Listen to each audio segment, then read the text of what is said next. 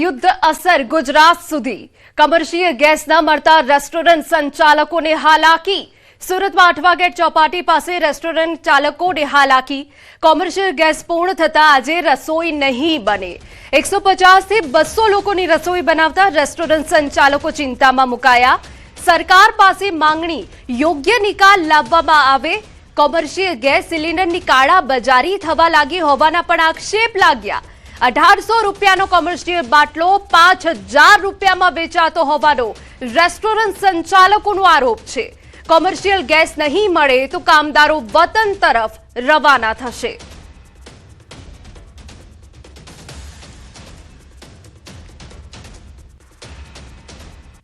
પ્રકારે ઈરાન અને ઇઝરાયલનું યુદ્ધ ચાલી રહ્યું છે તેને લઈને હવે ગુજરાત પર તેની સીધી અસર જોવા મળી રહી છે। ખાસ કરીને ગેસ ઉપર કટઆઉટ કરવામાં આવી રહ્યું છે। દ્રશ્ય જોઈ શકાય છે સુરતમાં કે જે નાની નાની રેસ્ટોરન્ટો આવી છે ત્યાં આગળ હવે ગેસનો સપ્લાય બંધ થયો છે, જેને લઈને હવે આ હોટલો બંધ થવા આવી છે। मेरे पास 200 से 150 से 200 आदमी खाना खाते हैं और मैं मात्र 50 रुपए की थाली खिलाता हूँ गरीब आदमी को।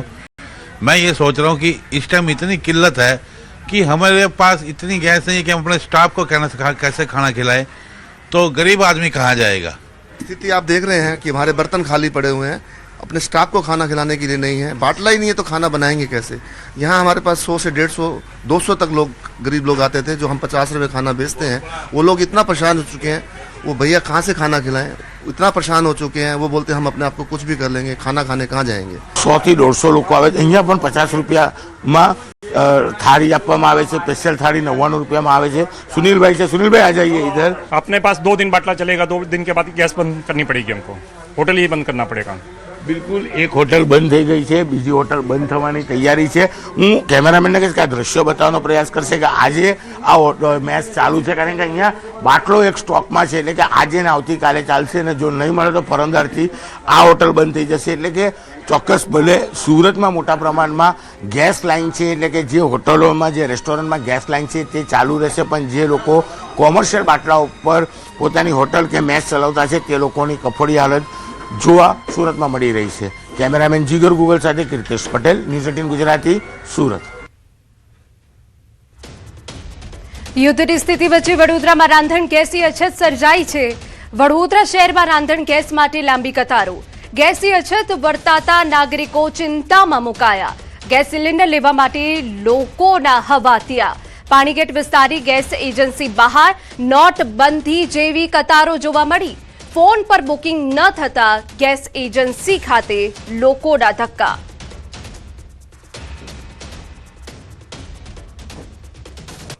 યુદ્ધની પરિસ્થિતિ વચ્ચે નાગરિકો જે છે તે રાંધણ ગેસના બોટલ માટે હવાતિયા મારી રહ્યા છે અને સીધા દ્રશ્યો જે છે તે પાણીગેટ વિસ્તારના બતાવવાનો પ્રયત્ન કરીશું। તમે દ્રશ્યો જોઈ શકો છો કે પાણીગેટ વિસ્તારમાં કેટલી હાલાકીનો સામનો જે છે તે નાગરિકો કરી રહ્યા છે।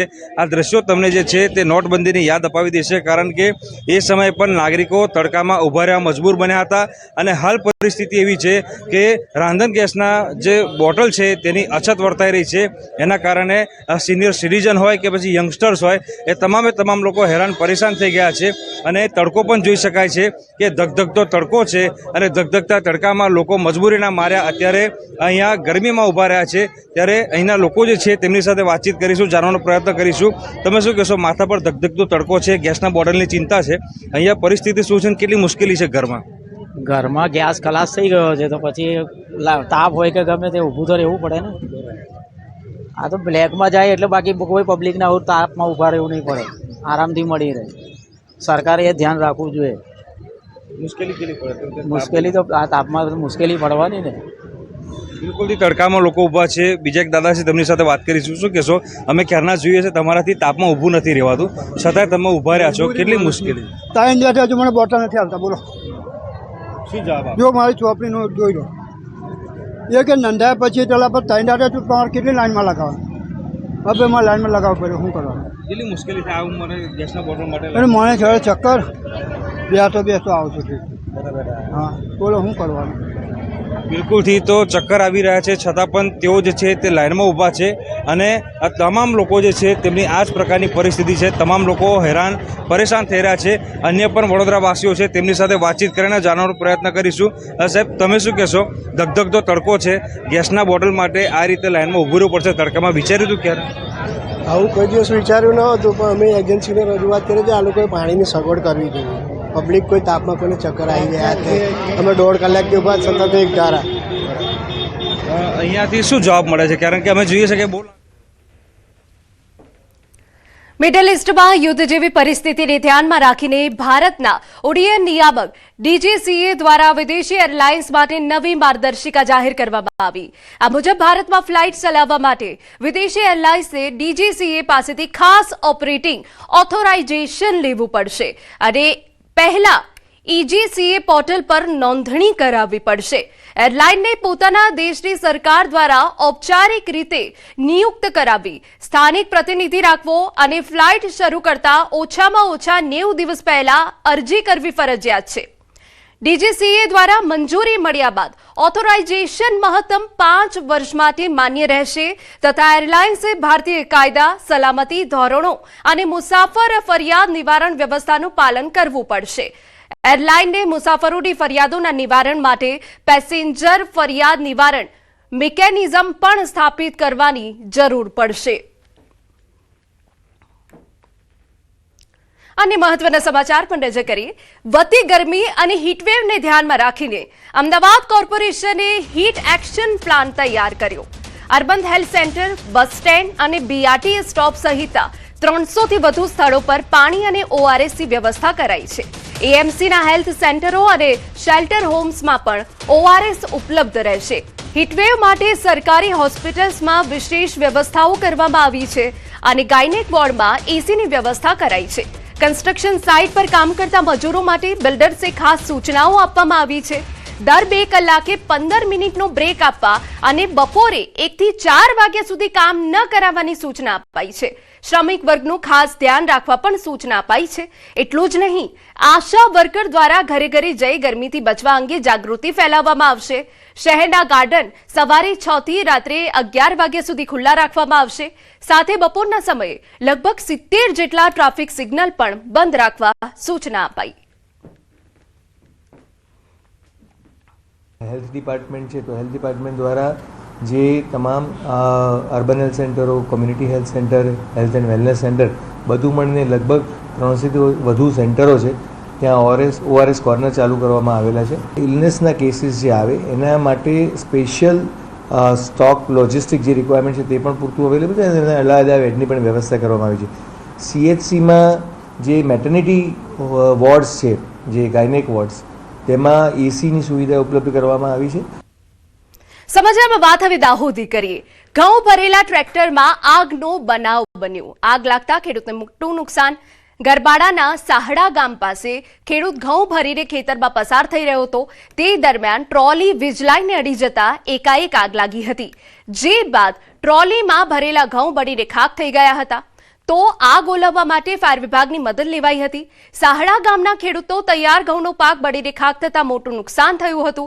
ઘઉંનો તૈયાર પાક એકાએક બળી જતા ખેડૂતના માથે આપ ફાટ્યું. ખેડૂતે ભારે નુકસાની વેઠવાનો વારો આવ્યો. છેલ્લા 5 વર્ષની સરખામણી આ વર્ષે ઘઉંના ભાવ ઓછા મળી રહ્યા છે. રાજકોટના બેડી માર્કેટિંગ યાર્ડમાં ઘઉંની આવક કરવામાં આવી હતી. આ વર્ષે 2026માં લોકવન ઘઉંના પ્રતિ મણના ભાવ 436 રૂપિયાથી લઈને 490 રૂપિયા સુધી મળ્યા હતા. જ્યારે ટુકડા ઘઉંના પ્રતિ મણના ભાવ 454 રૂપિયાથી લઈ 560 રૂપિયા સુધી મળ્યા હતા. બેડી માર્કેટિંગ યાર્ડનો પટ ઘઉંની આવકથી ભરાઈ ગયો છે. જોકે આટલું સારું ઉત્પાદન થયું છતાં ખેડૂતોને ઘઉંના ભાવ નથી મળતા. ખેડૂતોનું કહેવું છે કે છેલ્લા 5 વર્ષ દરમિયાન દવા, ખાતર, બિયારણ, મજૂરી સહિત જે ખેતીના ખર્ચ છે તે વધી ગયા, જેની સામે ભાવ ઘટ્યા છે. 4 મહિના સુધી ખેતરમાં રાત દિવસ જોયા વગર મહેનત ખેડૂતોને આ વર્ષે ઓછા ભાવ મળતા નિરાશા જોવા મળી રહી છે.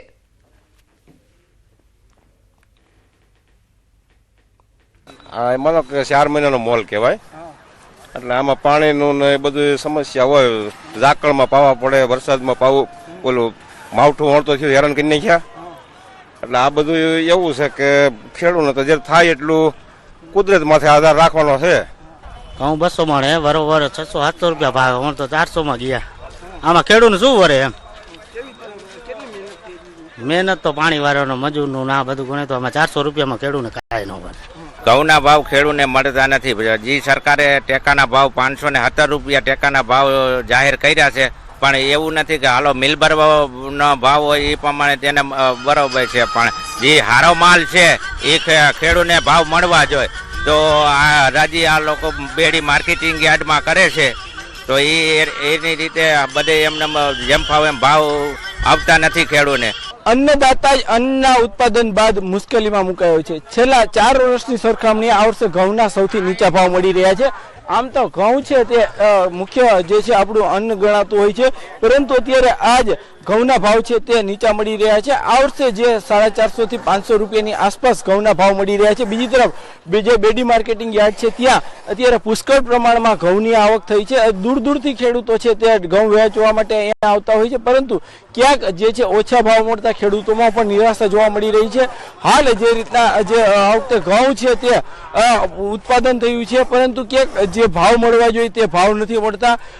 ખેડૂતોનું કહેવું છે કે જ્યારે અન્ય વસ્તુઓ છે તેમના ભાવ સતત વધતા હોય છે, પરંતુ તેમને મહા મહેનતે ઉત્પન્ન કરેલા જે ઘઉં છે તેમના ભાવ જ અત્યારે નીચે મળી રહ્યા છે. ખાસ કરીને જે બેડી માર્કેટિંગ યાર્ડ છે અહીંયા જે છે મોરબી જિલ્લો તેમજ જામનગર જિલ્લો તેમજ રાજકોટ જિલ્લાના કેટલાક ગ્રામ્ય વિસ્તારોના ખેડૂતો છે તે અહીંયા ઘઉં સહિતના પાક વેચવા માટે આવતા હોય છે. જોકે અત્યારે જે ઘઉંના ભાવ છે તે નીચા મળતા જે જગતનો તાજ છે તે પણ ક્યાંક મુશ્કેલીમાં જોવા મળી રહ્યો છે. હાર્દિક જોશી, ન્યૂઝ 18 ગુજરાતી, રાજકોટ. મહત્વના સમાચાર કે જ્યાં ગુજરાતમાં નવી જ રાજનીતિના મંડાણના એંધાણ. ખેડૂતોનો અલગ મોરચો બનાવી શકે છે કરપડા. ગુજરાતમાં બની શકે છે ખેડૂતોનો અલગ મોરચો. ખેડૂત નેતા રાજુ કરપડાએ મોટા સંકેત આપ્યા. વર્ષો બાદ દેખાશે ખેડૂત સંગઠનની તાકાત. 19 થી 24 માર્ચ સુધી યાત્રા યોજાશે. ખેડૂતો માટે યાત્રા યોજશે રાજુ કરપડા. કોઈ પાર્ટીમાં જોડાવું કે નહીં એ નક્કી કરીશું. ખેડૂતોનો અલગ મોરચો બનાવવા પર વિચાર. દરેક પાર્ટી ખેડૂતોનો ઉપયોગ કરી રહી છે.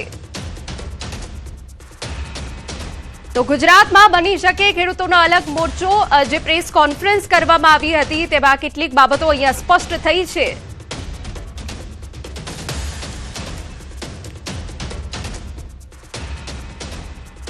અન્ય મહત્વના સમાચાર. ઉત્તર ગુજરાતના મસાલા બજારમાં હાલ તેજીનો માહોલ જોવા મળી રહ્યો છે. ખાસ કરીને બનાસકાંઠાના થરા વિસ્તારનું વખણાતું લાલ મરચું અને હળદરના ભાવમાં નોંધપાત્ર વધારો થયો છે. વેપારીઓના જણાવ્યા મુજબ ગયા વર્ષે મરચાનો ભાવ અંદાજે પ્રતિ કિલો 300 થી 350 રૂપિયાની આસપાસ હતો, જ્યારે આ વર્ષે તેની કિંમત વધીને લગભગ 850 થી 900 રૂપિયા પ્રતિ કિલો સુધી પહોંચી ગઈ છે. સિઝન સંપૂર્ણ રીતે શરૂ થાય તે પહેલા જ સૂકા મરચાના ભાવમાં તેજી જોવા મળી રહી છે. ખેડૂતોના જણાવ્યા મુજબ આ વર્ષે કેટલાક વિસ્તારોમાં મરચાના ઉત્પાદનમાં ઘટાડો નોંધાયો. વાતાવરણમાં આવેલા ફેરફારો તેમજ ખેતી ખર્ચમાં વધારાના કારણે ઉત્પાદન પર અસર પડી છે. આવનારા સમયમાં પુરવઠો ઓછો રહેશે તો મસાલાના ભાવમાં હજુ વધારો થવાની શક્યતા છે. થરા સહિત આસપાસના વિસ્તારોમાં ઉત્પાદન થતું મરચું તેની આગવી ગુણવત્તા, રંગ અને તીખાશ માટે ઓળખાય છે. हर एक साल से आज फसल एकदम कम है, उस हिसाब से बारिश के हिसाब से अभी ज्यादा भाव बढ़ चुका है. मार्केट के हिसाब से थोड़ा भाव कम होगा तो ग्राहक ज्यादा खुलेगी. हम लोग अहमदाबाद से यहाँ मिर्ची लेने के लिए आ रहे हैं. यहाँ का जो मिर्च होता है वो काफी फेमस है. यहाँ का जो मिर्च होता है वो काफी अच्छा होता है. कलर वाइज, टेस्ट वाइज जितना तीखा आपको चाहिए तो उस क्वालिटी से मिल सकता है. आप उसको मिक्स करके आपके टेस्ट के अनुसार भी उसको बना सकते हो. જુનાગઢ જિલ્લા કોંગ્રેસે નવા પ્રમુખ મળ્યા. અમિત પટેલની જુનાગઢ જિલ્લા કોંગ્રેસ પ્રમુખ તરીકે નિમણૂક કરવામાં આવી હોવાની વિગત. અમિત પટેલ 2014ના પાટીદાર અનામત આંદોલનમાં કન્વીનર તરીકે સક્રિય રહ્યા હતા. 2020 થી 2024 દરમિયાન તેમણે જુનાગઢ શહેર કોંગ્રેસ પ્રમુખ તરીકે પણ જવાબદારી સંભાળી હતી. આવનારી તાલુકા અને જિલ્લા પંચાયતી ચૂંટણીને ધ્યાનમાં રાખી કોંગ્રેસ દ્વારા નવા પ્રમુખોની જાહેરાત કરવામાં આવી છે. 2015 બાદ જિલ્લા પંચાયતે 30માંથી 27 બેઠકો જીતાડવામાં અમિત પટેલનો મહત્વનો ફાળો રહ્યો હતો.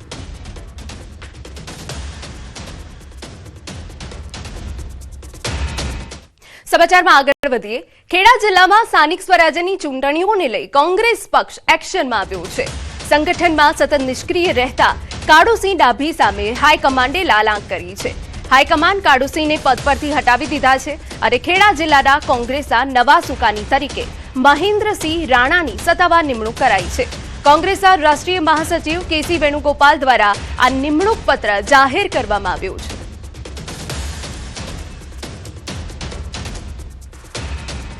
સમાચાર દાહોદમાંથી. દેવગઢ બારિયા નગરપાલિકામાં બજેટ ફગાવાયું. નગરપાલિકાની ત્રિમાસિક સામાન્ય સભા યોજાઈ. સભામાં વર્ષ 2026-27નું બજેટ સભ્યો દ્વારા નામંજૂર. બજેટ ફગાવાતા રાજકીય ગરમાવો જોવા મળ્યો. સત્તાધારી પક્ષ દ્વારા પણ બજેટનો વિરોધ. પ્રમુખ ધર્મેશ કલાલના વહીવટ સામે ગંભીર આરોપ છે. ખાનગી સોસાયટીમાં સુવિધાઓ આપવા અંગે સવાલો ઉઠાવ્યા. કર્મચારીઓને પગાર ચૂકવણીમાં વિલંબના મુદ્દો પણ ચર્ચાયો. કોન્ટ્રાક્ટરોના બિલોની ચૂકવણી અંગે સવાલો ઉઠ્યા. નગરના 100 ફૂટ ઊંચા રાષ્ટ્રધ્વજની લાઇટો બંધ હોવાનો મુદ્દો પણ સભામાં ઉઠ્યો. બજેટ નામંજૂર થતા આગળની કાર્યવાહી અંગે ચર્ચા શરૂ. પાણીની સુવિધા મળતી નથી, સફાઈની સુવિધા મળતી કે નથી, લાઇટની સુવિધા મળતી. એમાં પ્રજાજનોના ટેક્સનો દુરુપયોગ થઈ રહ્યો છે અને પ્રજાને ઘોર અન્યાય થઈ રહ્યો છે. એના માટે અમે અમારી અસંમતિ આજે દર્શાવી છે. ડોર ટુ ડોર જે લોકો કામગીરી કરે છે એ પણ યોગ્ય પ્રમાણમાં કામગીરી નથી કરતા. એના માટે અમે સંમતિ દર્શાવી છે. અમારા પ્રજાજનોને ન્યાય મળે એવી અમે આશા રાખીએ છીએ. બજેટ નામંજૂર કરવામાં આવ્યું છે, જેમાં નામંજૂરમાં 16 સભ્યોએ અસંમતિ દર્શાવી છે. નામંજૂર થતાં આવનાર સમયમાં પ્રાથમિક સુવિધા દેવગઢ બારિયા વિકાસના કામ સાથે પ્રાથમિક સુવિધાઓ પણ જ્યાં સુધીનું નિરાકરણ નહીં આવે ત્યાં સુધી બંધ થઈ જશે અને તેની જવાબદારી એકલી નગરપાલિકા પ્રમુખની રહેતી નથી. આગળ અન્ય મહત્વના સમાચાર પર નજર રહેશે તે પહેલા લઈએ એક વિરામ.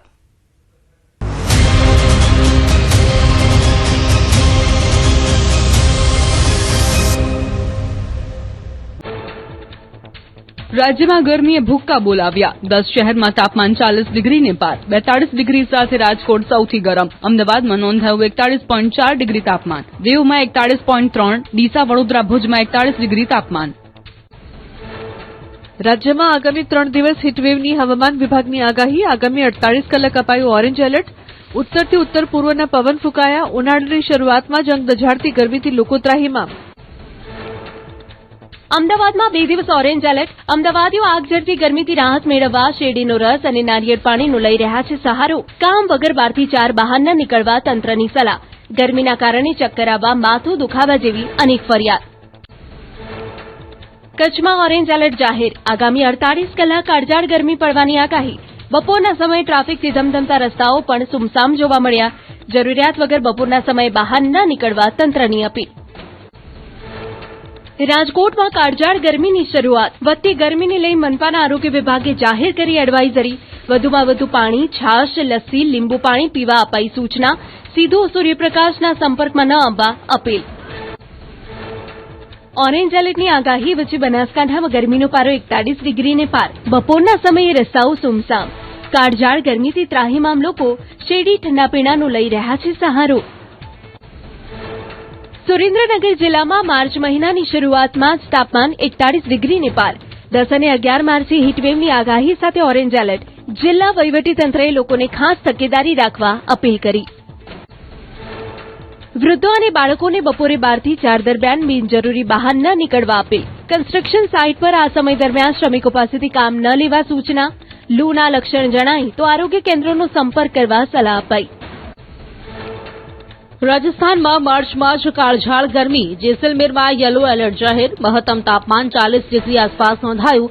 આગામી થોડા દિવસો સુધી ગરમીનો જોર રહેશે યથાવત. કેન્દ્ર સરકારે દેશભરમાં લાગુ કર્યો ECA. આવશ્યક સેવાઓને અપાશે પ્રાથમિકતા. રાંધણ ગેસના પુરવઠામાં નહીં થાય કોઈ તકલીફ. CNG અને વાહનોમાં ભરવામાં આવતો CNG પહેલાની જેમ મળતો રહેશે. ગેસનો પુરવઠો ખોરવાય નહીં તે માટે નિર્ણય. ગુજરાતમાં કોમર્શિયલ ગેસનો સપ્લાય સંપૂર્ણપણે રાબેતા મુજબ રહેશે ચાલુ. ગેસ સપ્લાય અંગે LPG ફેડરેશન ઓફ ગુજરાત સર્કલનું મોટું નિવેદન. નાગરિકોને કોઈપણ પ્રકારની અફવાઓથી દૂર રહેવા કરી વિનંતી. સ્થિતિ વણસે તો સરકાર પ્રાયોરિટી બેઝ પર સિલિન્ડર સપ્લાયનો લેશે નિર્ણય. રેસ્ટોરન્ટ સર્વિસ બંધ રાખવાનો નથી કોઈ નિર્ણય. ફાર્માસ્યુટિકલ અને સરકારી ઉદ્યોગોને મળી શકે છે પ્રાથમિકતા. પેનિક બુકિંગ રોકવા માટે 25 દિવસનો નિયમ લાગુ. યુદ્ધના સંકટની સામાન્ય માણસ પર ન થવી જોઈએ અસર. કેન્દ્રીય કેબિનેટ બેઠકમાં મંત્રીઓને પીએમએ આપ્યા મહત્વના નિર્દેશ. જનતાનો વિશ્વાસ જાળવી રાખવા પીએમની સૂચના. દેશમાં ઇંધણની કિંમતો સ્થિર. ભારત પાસે ક્રૂડ ઓઇલનો પૂરતો જથ્થો. રાજ્યમાં ગેસના પુરવઠા અંગે મંત્રી ઋષિકેશ પટેલનું મોટું નિવેદન. કહ્યું, દરેક ઘરનો ચૂલો સળગે તે અમારી પ્રાથમિકતા. ઇન્ડસ્ટ્રીયલ ગેસમાં મુકાયો 50% કાપ. ફર્ટિલાઇઝર કંપનીઓ અને દૂધની ડેરીમાં વપરાતા ગેસમાં 40% કાપ. ઈરાન ઇઝરાયલ વચ્ચેના યુદ્ધની અસર ગેસ પુરવઠા પર. ઘરેલું ગેસ પુરવઠો જળવાઈ રહે તે માટે ગુજરાત સરકારનો મહત્વનો નિર્ણય. ઉદ્યોગોને આપવામાં આવતા ગેસના વપરાશમાં 50% સુધીનો કાપ મુકાયો. ફર્ટિલાઇઝર કંપનીઓ અને દૂધની ડેરીઓમાં 40% સુધીનો કાપ. સુરતમાં કમર્શિયલ ગેસ સિલિન્ડરની અછતના કારણે વેપારીઓ, હોટેલ, રેસ્ટોરન્ટ સંચાલકો મુકાયા મુશ્કેલીમાં. 2 દિવસથી કમર્શિયલ ગેસ સિલિન્ડરનો પુરવઠો બંધ થતા દૈનિક વ્યવસાય પર સીધી અસર. કાળાબજારી સામે પગલાં લેવા વેપારીઓની માંગ. ઈરાન સામે ઇઝરાયલ.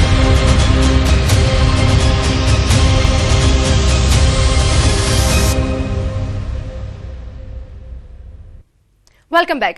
ભાવનગર ડિસ્ટ્રિક્ટ કોઓપરેટિવ બેંકની વિવિધ શાખામાંથી 7 કરોડનું સાયબર ફ્રોડ થયાનું સામે આવ્યું. વ્યક્તિના ખાતામાંથી પૈસા ઉપડી જવાની સાથોસાથ હવે બેંકોની થાપણો સુધી સાયબર હેકર્સ પહોંચી ગયા. એટલું જ નહીં, બેંકની ડેટા સિક્યુરિટીને પણ હેકરે હેક કરી કૌભાંડ આચર્યું છે. આ અંગેની જાણ થતાં હેડ ઓફિસ દ્વારા જિલ્લાની તમામ બ્રાન્ચોમાં બેંકની કામગીરી સ્થગિત કરી દેવાઈ હતી અને 25 જેટલા તજજ્ઞોની ટીમ તપાસમાં કામે લગાડી. ઉલ્લેખનીય છે કે સવારે સિસ્ટમ ખોલતાની સાથે ફ્રોડ થયું હોવાનું જણાતા હેડ ઓફિસ દ્વારા તરત જ ડિસ્ટ્રિક્ટ કોઓપરેટિવ બેંકની તમામ 88 શાખાની કામગીરી સ્થગિત કરવાના આદેશો આપવામાં આવ્યા હતા અને કામગીરી બંધ કરી દેવામાં આવી હતી. ભાવનગર ડિસ્ટ્રિક્ટ કોઓપરેટિવ બેંકની તપાસમાં આ ફ્રોડ મોબાઈલ એપ્લિકેશનના માધ્યમથી થયું હોવાનું પ્રાથમિક તારણ સામે આવ્યું છે. પોલીસે આગળની તપાસ હાથ ધરી છે.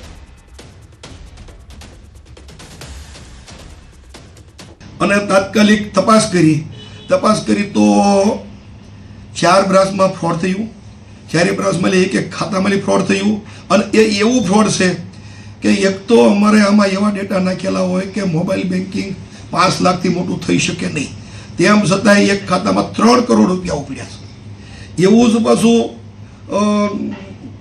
બીજીમાં પણ એવું જ બન્યું છે. ત્રીજામાં એવું બન્યું શહેરમાં આ જ રીતનો બનાવ બન્યો છે. આ મોટું ફ્રોડ થયું છે એટલે સોફ્ટવેરની ખામીએ થયું છે અને આનો કોઈ માઇન્ડ હાલ્યો છે, માસ્ટર માઇન્ડ છે અથવા તો સોફ્ટવેર કંપનીમાં ક્યાંક નોકરી કરેલો હોય એનો જાણકાર હોય એની દ્વારા થયું છે.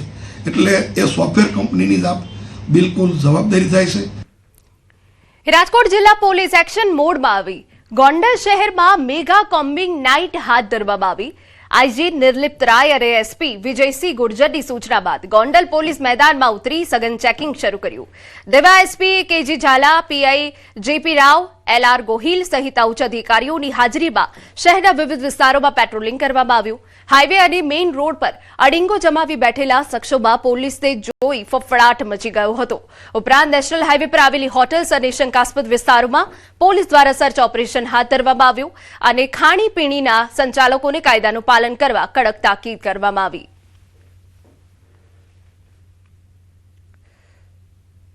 અન્ય સમાચાર પર નજર કરીએ. વાવ અને થરાદ જિલ્લાના ભાભર તાલુકાના અબાસણા ગામેથી જગદીશ નામનો યુવક રહસ્યમય રીતે ગુમ થયો હતો. જે અંગે તપાસ કરતા 5 દિવસ બાદ કેનાલમાંથી તેની હત્યા કરાયેલો મૃતદેહ મળી આવ્યો હતો. પોલીસે મૃતદેહને બહાર કાઢી પીએમ અર્થે ખસેડ્યો. પોલીસે શંકાના આધારે એક સગીરની અટકાયત કરી પૂછપરછ કરતા પ્રેમ પ્રકરણમાં હત્યા થઈ હોવાની ચોંકાવનારી કબૂલાત સામે આવી હતી. તપાસ કરતા સામે આવ્યું કે આરોપી અશોક ઠાકોર અને તેના કુટુંબી ભાઈ કિશોરે જગદીશને ખેતરમાં બોલાવ્યો હતો, જ્યાં બોલાચાલી બાદ છરીના ઘા ઝીંકી તેની કરપીણ હત્યા કરી દીધી. એટલું જ નહીં, પુરાવાનો નાશ કરવા માટે આરોપીએ પોતાના પિતા અને અન્ય એક કુટુંબી ભાઈની મદદ લીધી હતી અને તેના મૃતદેહને કેનાલમાં ફેંકી દીધો હતો. ગામની જ કોઈ એક છોકરી સાથે આડા સંબંધો હોય અને તે બાબતની હકીકત મળતા પોલીસની અલગ અલગ ટીમો બનાવી અને એ બાબતે તપાસ કરતા બાળ કિશોર સંજયભાઈ અમરતજી ઠાકોર એમને રાઉન્ડઅપ કરી અને યુક્તિ પ્રયુક્તિથી પૂછપરછ કરતા તેમણે સઘળી હકીકત જણાવેલી. ભાભર પોલીસ અને પેરોલની સ્કોડની અલગ અલગ ટીમો બનાવી અને નાસ્તા ફરતા આરોપીઓને સત્વરે ગણતરીની કલાકોમાં શોધી કાઢેલ અને તેમની વિરુદ્ધમાં ખૂન, ગુનાહિત કાવતરું તથા પુરાવાઓનો નાશ કરવા વગેરે જેવી કલમો સાથે ગુનો દાખલ કરવામાં આવેલ છે. સમાચાર અમદાવાદમાંથી. જેતલપુરમાં સ્વામિનારાયણ મંદિરના મહોત્સવનો સમાપન કાર્યક્રમ યોજાયો. કાર્યક્રમના અંતિમ દિવસે સીએમ ભૂપેન્દ્ર પટેલ ઉપસ્થિત રહ્યા. કાર્યક્રમમાં સીએમએ સંબોધનમાં જણાવ્યું, ભગવાને બનાવેલા 9માંથી 5મું મંદિર આ છે. ભગવાન સ્વામિનારાયણે કુરિવાજો દૂર કરી સમરસતાનું મોટું ઉદાહરણ આપ્યું. હાલની વૈશ્વિક પરિસ્થિતિમાંથી બહાર નીકળવા ઈશ્વરને પ્રાર્થના કરીએ. કાર્યક્રમમાં તેજેન્દ્ર પ્રસાદ મહારાજ, આચાર્ય કૌશલેન્દ્ર મહારાજ અને લાલજી મહારાજ ઉપસ્થિત રહ્યા હતા. મહત્વનું છે કે 5 માર્ચથી ભગવાન મળ્યાનો અવસર કાર્યક્રમ યોજવામાં આવ્યો હતો, જેનું આજે સમાપન કરવામાં આવ્યું. જે 9 મંદિરો બનાવ્યા એમાં 5મું મંદિર આ જેતલપુરનું ભગવાને બનાવ્યું અને એ વખતના જમાનામાં બહુ મોટી મારી પાસે જ્યાં સુધી માહિતી છે ત્યાં સુધી કુરિવાજો અને અંધશ્રદ્ધા અને એ બધામાંથી બહાર કાઢવાનું જો કોઈએ મોટું કામ કર્યું હોય તે ભગવાન સ્વામિનારાયણ સમરસતાનું મોટું ઉદાહરણ એમને પૂરું પાડ્યું છે. બુલેટિનમાં અત્યારે બસ આટલું જ. આપ જોતા રહો ન્યૂઝ 18 ગુજરાતી. નમસ્કાર.